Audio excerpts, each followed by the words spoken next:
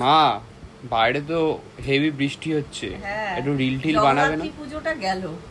একটু reel till বানাবে না বাইরে গিয়ে হ্যাঁ, বৃষ্টিতে? শুভ সকাল বন্ধুরা, আশা করি তোমরা সকলে ভালো আছো, আর আমি তো ভালোই আছি। আর রূপক বাবু আমার জন্য সকালে টিফিন নিয়ে চলে এসেছে। এই দেখো, কাবলি ছোলা সেদ্ধ, সাথে একটু বিট লবণ আর গোলমরিচ। এই তো। কাবলি ছোলাটা সুস্মিতা খুব ভালোবাসে, মানে কালকে কাবলি যখন ছোলার সেদ্ধটা।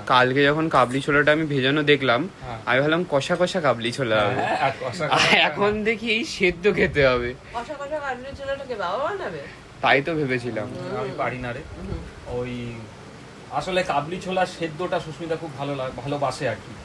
তা কালকেই বলছিল যেহেতু কাবলি ছোলা তাহলে কাল সকালে সেদ্ধ করে দিও, তা সেই জন্য রাত্রিরে ভিজিয়ে রেখেছিলাম। আর সকালে ভালো লাগছে খেতে।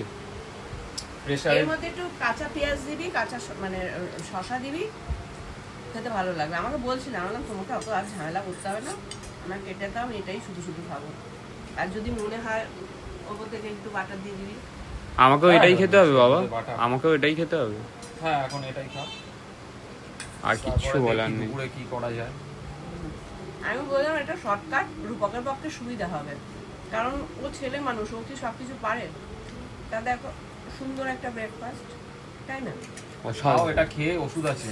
জানি তো, হুম, তোমরাও খেয়ে নাও। আমরা খাচ্ছি। আর এদিকে ভালো বৃষ্টি হচ্ছে, বাইরে বাইরে জামা কাপড় মেলেছে, ভুলে গেছে, পুরো ভিজে সত্যি আমার যাচ্ছে। এইটা খাটনিটা কত বেড়ে গেল, আবার ওগুলোকে ধুয়ে আবার চিপে নিতে হবে। আহারে, হ্যাঁ, সুস্মিতা সুস্থ থাকলে এই ভুলটা কিন্তু সুস্মিতার দ্বারা হয় না।